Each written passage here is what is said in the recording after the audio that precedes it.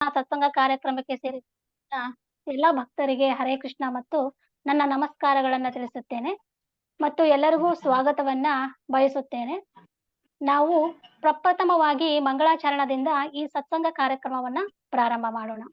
ಓಂ ಅಜ್ಞಾನಾತಿಮಿರಂಧಸ್ಯ ಜ್ಞಾನಾಂಜನಾ ಶಲಾಕಯಾ ಚಕ್ಷುರುನ್ಮಿಲಿತಂ ಯೇನ ತಸ್ಮೈ ಶ್ರೀ ಗುರುವೇ ನಮಃ. ಶ್ರೀ ಚೈತನ್ಯ ಮನೋಭೀಷ್ಟಂ ಸ್ಥಾಪಿತಂ ಯೇನ ಭೂತಲೆ ಸ್ವಯಂ ರೂಪ ಕದಾ ಮಹ್ಯಂ ದದಾತಿ ಸ್ವಪದಾಂತಿಕಂ. ವಂದೇಹಂ ಶ್ರೀ ಗುರು ಶ್ರೀಯುತಾಪದಕಮಲಂ ಶ್ರೀ ಗುರುನ್ ವೈಷ್ಣವಾಂಶ್ಚ ಶ್ರೀರೂಪಂ ಸಾಗ್ರಜಾತಂ ಸಹಗಣಾ ರಘುನಾಥಾನ್ವಿತಂ तं सजीवं साद्वैतं सावधूतं परिजनसहितं कृष्णचैतन्यदेवं श्रीराधाकृष्णपादान् सहगणा ललिता श्रीविशाखान्वितांश्च।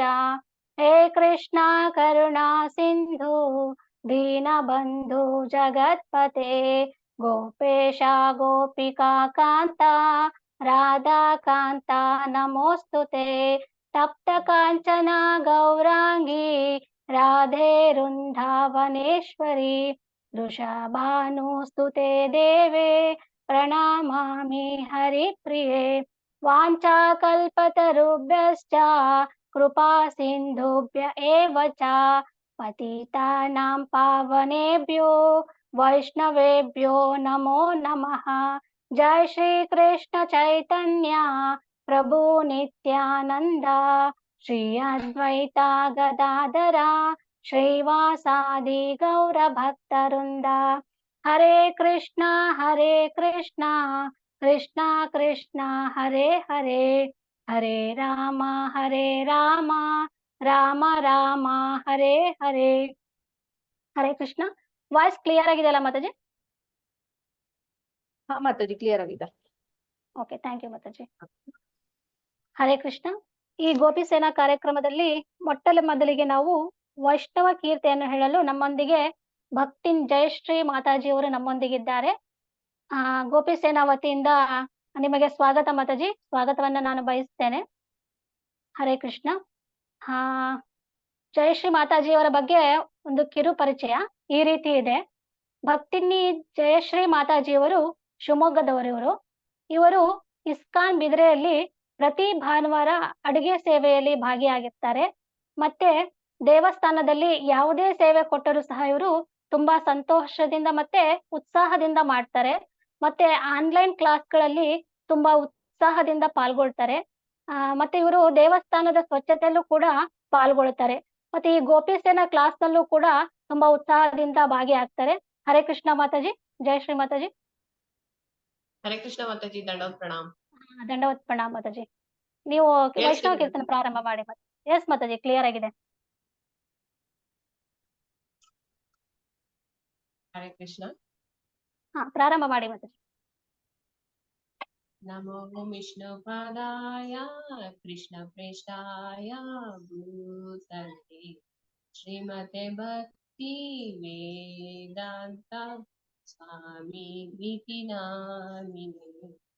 ನಮಸ್ತೆ ಸರಸ್ವತಿ ದೇವಿ ಗೌರವಾಣಿ ಪ್ರಚಾರಿಣಿ ನಿರ್ವಿಶೇಷ ಶೂನ್ಯವಾದಿ ಪಾಶ್ಚಾತ್ಯಾದೇಶತಾರಿಣಿ. जय श्री कृष्ण चैतन्य प्रभु नित्यानंद श्री अद्वैता गदाधर श्रीवासादि गौर भक्तवृंद. हरे कृष्ण कृष्ण कृष्ण हरे हरे हरे राम राम राम हरे हरे. हरे कृष्ण कृष्ण कृष्ण हरे हरे हरे राम राम हरे हरे. ಶ್ರೀ ಭಕ್ತಿ ವಿನೋದ ಠಾಕೂರರ ಗೀತಾವಳಿಯಿಂದ. ಯಶೋಮತಿ ನಂದನ ಬ್ರಜಬರ ನಾಗರ ಗೋಕುಲ ರಂಜನ ಕಾನ. ಯಶೋಮತಿ ನಂದನ ಬ್ರಜಬರ ನಾಗರ ಗೋಕುಲ ರಂಜನ ಕಾನ ಗೋಪಿ ಪರಣದನ ಮದನ ಮನೋಹರ ಗೋಪಿ ಪರಣದನ ಮದನ ಮನೋಹರ ಕಾಲಿಯ ದಮನ ವಿಧಾನ ಕಾಲಿಯ ದಮನ ವಿಧಾನ ಅಮಲ ಹರಿನಾಮಿಯ ವಿಲಾಸ ಅಮಲ ಹರಿನಾಮಿಯ ವಿಲಾಸ ವಿಪಿನ ಪುರಂದರ ನವೀನ ನಗರಪುರ ವಿಪಿನ ಪುರಂದರ ನವೀನ ನಗರಪುರ ವಂಶೀವದಾನ ಸುಹಾಸ ವಂಶೀವದಾನ ಸುಹಾಸ ರಜ ಜನ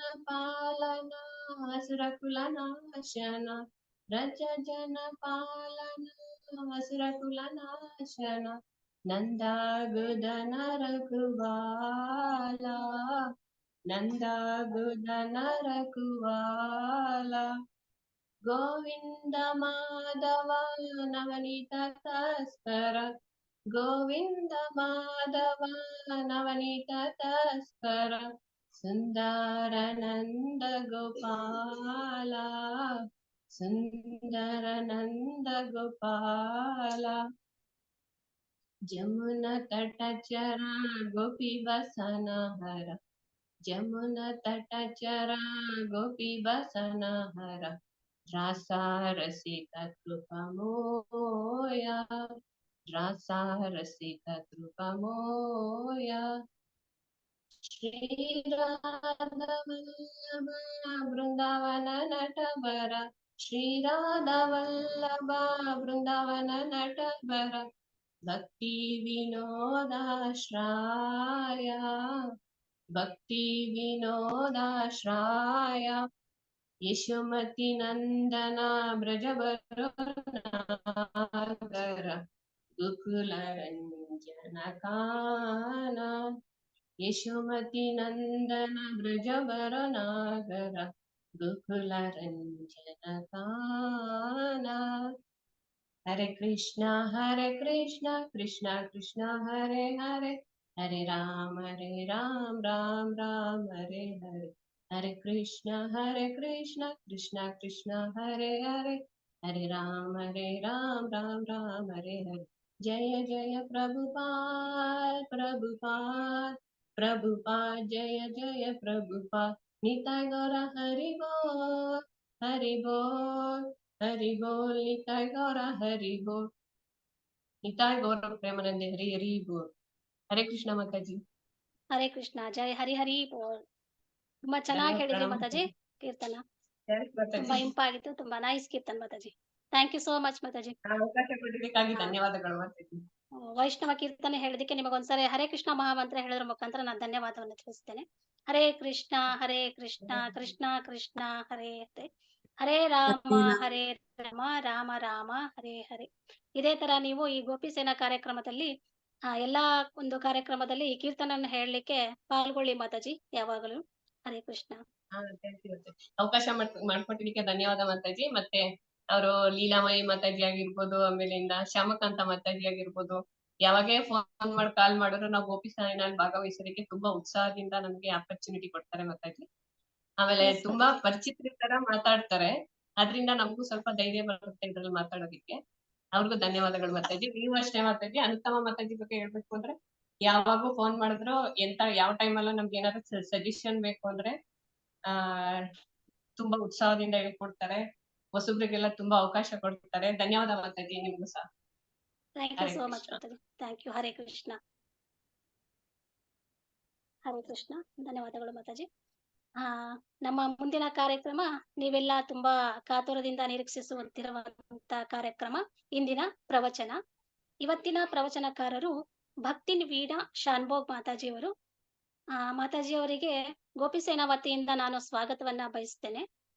ಮಾತಾಜಿಯವರ ಬಗ್ಗೆ ಒಂದು ಕಿರು ಪರಿಚಯ ಈ ರೀತಿ ಇದೆ.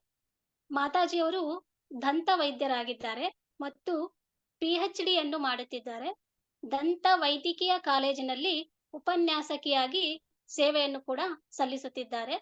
ಅವರು ಸಣ್ಣ ವಯಸ್ಸಿನಿಂದಲೇ ಕೃಷ್ಣ ಪ್ರಜ್ಞೆ ಆಚರಣೆಯನ್ನ ಕೂಡ ಮಾಡ್ತಾ ಇದ್ದಾರೆ. ಇವರು ವೇದಶಾಸ್ತ್ರಗಳ ಅಧ್ಯಯನ ಮಾಡಿ ಉತ್ತಮ ಒಂದು ಜ್ಞಾನವನ್ನ ಪಡೆದುಕೊಂಡಿದ್ದಾರೆ. ಮಾತಾಜಿಯವರು ಕೂಡ ಬಹಳ ನಮ್ರ ಮತ್ತು ಸ್ನೇಹ ಸ್ವಭಾವವುಳ್ಳವರಾಗಿದ್ದು, ಈ ಗೋಪಿ ಸೇನಾ ಕಾರ್ಯಕ್ರಮಕ್ಕೆ ಬಹಳ ಸಹಾಯಕರಾಗಿದ್ದಾರೆ. ಹರೇ ಕೃಷ್ಣ ಮಾತಾಜಿ. ಹರೇ ಕೃಷ್ಣ. ವೀಣಾ ಮಾತಾಜಿ. ಹರೇ ಕೃಷ್ಣ. ಮಾತಾಜಿ ವೀಣಾ ಮಾತಾಜಿ ಜಾಯಿನ್ ಆಗಿಲ್ಲ. ಓ, ಲೀಲಾಮಯಿ ಮಾತಾಜಿ ಸರಿ ಮಾತಾಜಿ. ಜಾಯಿನ್ ಆಗಿಲ್ವಾ? ಆಗಿಲ್ಲ Yes, ಆಗಿಲ್ಲ ಮಾತಾಜಿ. ಜಾಯಿನ್ ಆಗಿಲ್ಲ. ವೀಣಾ ಹರೀಶ್ ಅಂತಿದಾರಲ್ಲ ಮಾತಾಜಿ, ಅಲ್ವಲ್ಲ ಅವರು? ಇಲ್ಲ ಇಲ್ಲ ಅಲ್ಲಲ್ಲ. ಹರೀಶ್ ಅಲ್ಲ, ವೀಣಾ Okay. ಶಾನ್ಭೋಗ್. ಓಕೆ. ಅವ್ರ ನಾನ್ ತಂಗಿ ಜಾಯಿನ್ ಆಗಿದ್ದಾರೆ, ಅವರು ಜಾಯಿನ್ ಆಗಿಲ್ಲ. ನಾನು ಚೆಕ್ ಮಾಡ್ತೀನಿ ರೀ. ಚೆಕ್ ಮಾಡಿ.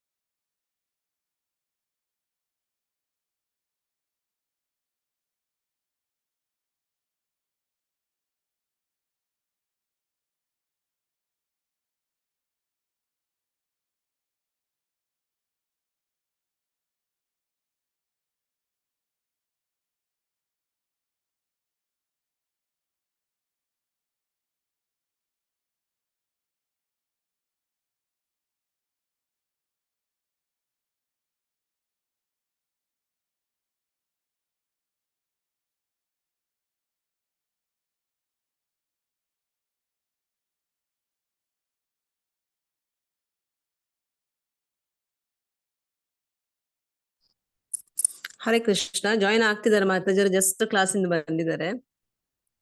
Okay okay Mataji. Yes Mataji. ಅದೇ ಮಾತಾಜಿಯವ್ರ ಪರಿಚಯದಲ್ಲಿ ಹೇಳಿದ ಹಾಗೆ ಅವ್ರು ಎಷ್ಟು ಬ್ಯುಸಿ ಶೆಡ್ಯೂಲ್ ಅಲ್ಲೂ ನಮ್ಗೆ ಟೈಮ್ ಕೊಡ್ತಾ ಇದ್ದಾರೆ ಕೃಷ್ಣ ಪ್ರಜ್ಞೆಗೆ. ಇದನ್ನು ತುಂಬಾ ಮೆಚ್ಚುವಂತದ್ದು. ಜಸ್ಟ್ ಶೇಜಾರ ಲಾಗಿನ್ ಆಗ್ತಿದ್ದಾರೆ, ಒಂದೇ ನಿಮಿಷ. ಎಸ್ ಮಾತಾಜಿ.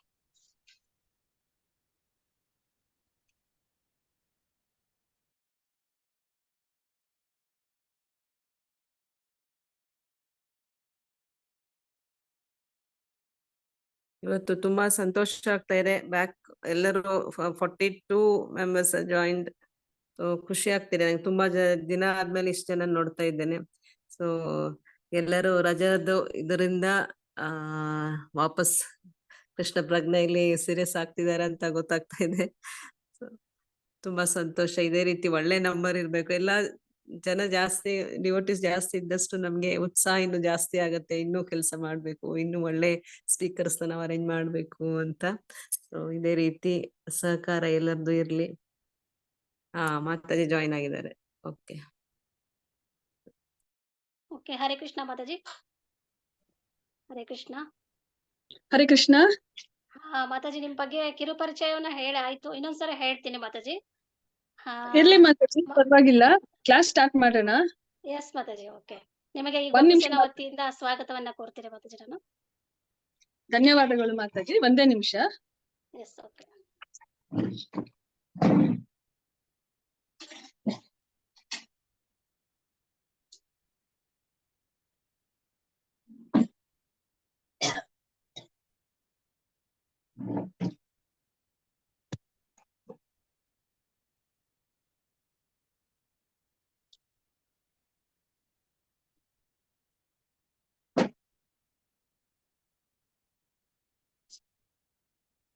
ಹರೇ ಕೃಷ್ಣ. ಎಲ್ಲಾ ಭಕ್ತರಿಗೂ ನನ್ನ ನಮನಗಳು. ಕಳೆದ ಕ್ಲಾಸ್ ಅಲ್ಲಿ ನಾವು ಗಜೇಂದ್ರ ಮೋಕ್ಷದ ಮೊದಲನೇ ಚಾಪ್ಟರ್ ಅಂದ್ರೆ 8ನೇ ಸ್ಕಂದದ 2ನೇ ಚಾಪ್ಟರ್ ಇಂದ ಗಜೇಂದ್ರ ಮೋಕ್ಷ ಕಥೆ ಶುರುವಾಗುತ್ತೆ. ನಾವು 2ನೇ ಚಾಪ್ಟರ್ ನ ಮಾಡಿದ್ವಿ. ಇವತ್ತು 3 ಮತ್ತೆ 4, ಇವತ್ತು ಗಜೇಂದ್ರ ಮೋಕ್ಷನ ನಾವು ಕ್ಲಾಸ್ ಅನ್ನ ಮುಗಿಸ್ತೇವೆ. ಲಾಸ್ಟ್ ಕ್ಲಾಸ್ ಅಲ್ಲಿ ನಾವು ಗಜೇಂದ್ರನ್ ಬಗ್ಗೆ ತಿಳ್ಕೊಂಡ್ವಿ. ಮತ್ತೆ ಈ ಗಜೇಂದ್ರ ಮೋಕ್ಷ ಯಾವಾಗ ನಡೀತು, ಇದು ತಾಪಸ ಮನ್ವಂತರದ ಒಂದು ಕತೆ. ಸೊ ಈ ಮನ್ವಂತರ, ನಾವಿರೋ ಮನ್ವಂತರ, ಈಗ ನಾವಿರೋದು 7ನೇ ಮನ್ವಂತರ, ವೈವಸ್ವತ ಮನ್ವಂತರ. ಮತ್ತೆ ಈ ಕತೆ ನಡೆದಿದ್ದು 4ನೇ ಮನ್ವಂತರದಲ್ಲಿ. ಸೊ ಮನ್ವಂತರಗಳ ಬಗ್ಗೆ ತಿಳ್ಕೊಂಡ್ವಿ. ಮನ್ವಂತರ ಅಂದ್ರೆ ಏನು ಅಂತ ಗೊತ್ತಾಯ್ತು. 1 ಮಿನಿಟ್ ಮಾತಾಜಿ.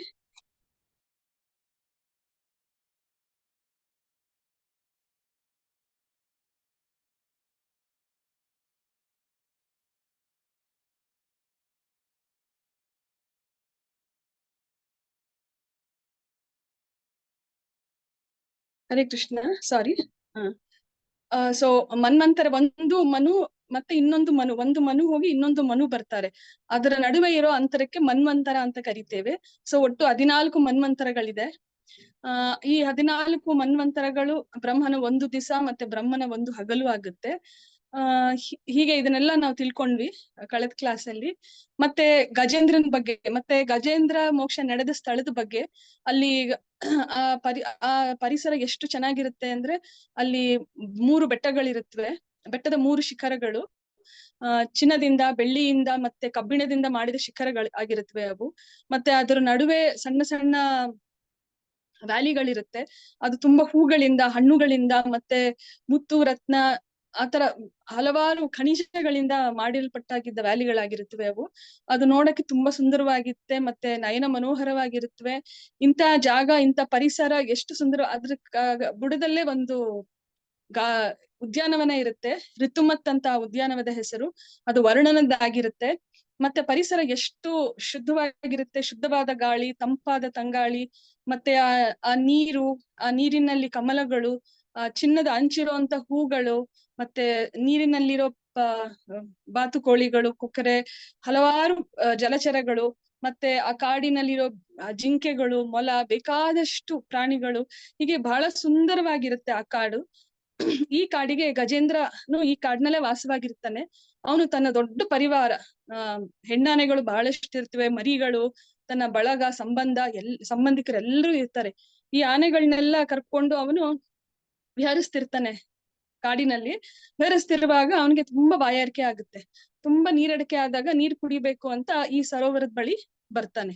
ಮತ್ತೆ ಈ ಸರೋವರ ನೋಡಿ ಅವನಿಗೆ ಬಹಳ ಖುಷಿ ಆಗುತ್ತೆ. ಆ ಸರೋವರದಲ್ಲಿರೋ ಕಮಲಗಳು, ಅದ್ರದ್ದು ಪರಿಮಳ, ಮತ್ತೆ ಆ ಜಾಗ ಎಷ್ಟು ಚೆನ್ನಾಗಿರುತ್ತೆ ಅಂದ್ರೆ ಬೇರೆ ಲೋಕದಿಂದ ಗಂಧರ್ವರು ಮತ್ತೆ ದೇವತೆಗಳು ಬಂದು ಅಲ್ಲಿ ಆಟ ಆಡ್ತಿರ್ತಾರೆ.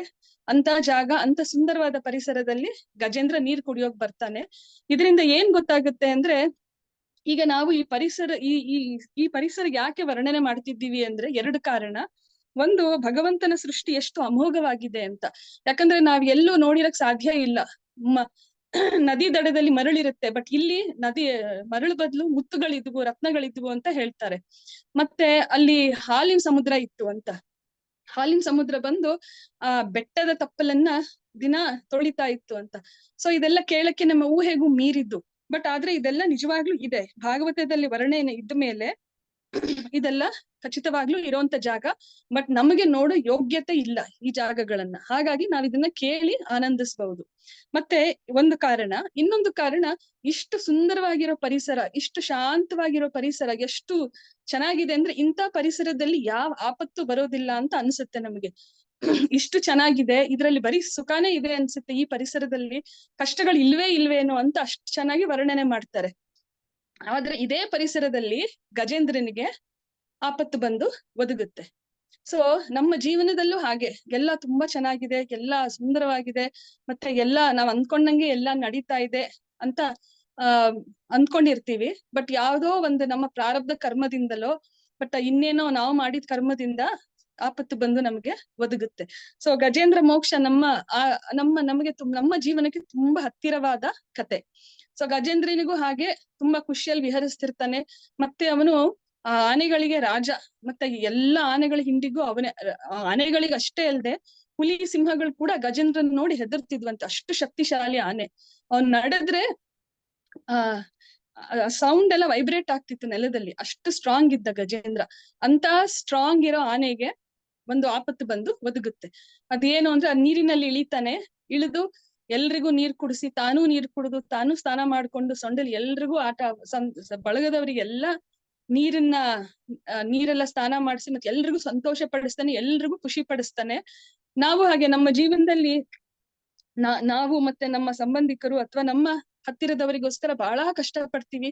ಅವ್ರನ್ನೆಲ್ಲ ತುಂಬಾ ಚೆನ್ನಾಗಿ ಇಟ್ಕೊಳ್ಬೇಕು ಅಂತ ತುಂಬಾ ಹಗಲು ರಾತ್ರಿ ಶ್ರಮ ಪಡ್ತೀವಿ. ಅವ್ರನ್ನೆಲ್ಲ ಮೆಚ್ಚಿಸ್ಬೇಕು ಅಂತ. ಬೇರೆಯವ್ರನ್ನ ಮೆಚ್ಚಿಸೋದು ಬಹಳ ಕಷ್ಟ. ಜನಾರ್ದನನ್ ಮೆಚ್ಚಿಸ್ಬೋದು, ಜನಗಳನ್ನ ಮಾತ್ರ ಮೆಚ್ಚಿಸೋಕ್ ಆಗೋದಿಲ್ಲ. ಹಾಗೆ ಬಹಳಷ್ಟು ಕಷ್ಟ ಪಡ್ತಿರ್ತೀವಿ ನಾವು ಕೂಡ. ಈ ತರ ಸಂದರ್ಭದಲ್ಲಿ ಇದ್ದಾಗ ಎಲ್ಲ ಮುಗೀತು, ನೀರೆಲ್ಲ ಕುಡ್ದಾಯ್ತು, ದಣಿವೆಲ್ಲ ಹಿಂಗಿತ್ತು, ಇನ್ನೇನ್ ಹೊರಗ್ ಹೋಗ್ಬೇಕು ಅನ್ನೋ ಅಷ್ಟರಲ್ಲಿ ಅಲ್ಲಿ ಒಂದು ಮೊಸಳೆ ಇರುತ್ತೆ. ಆ ಮೊಸಳೆ ಬಂದು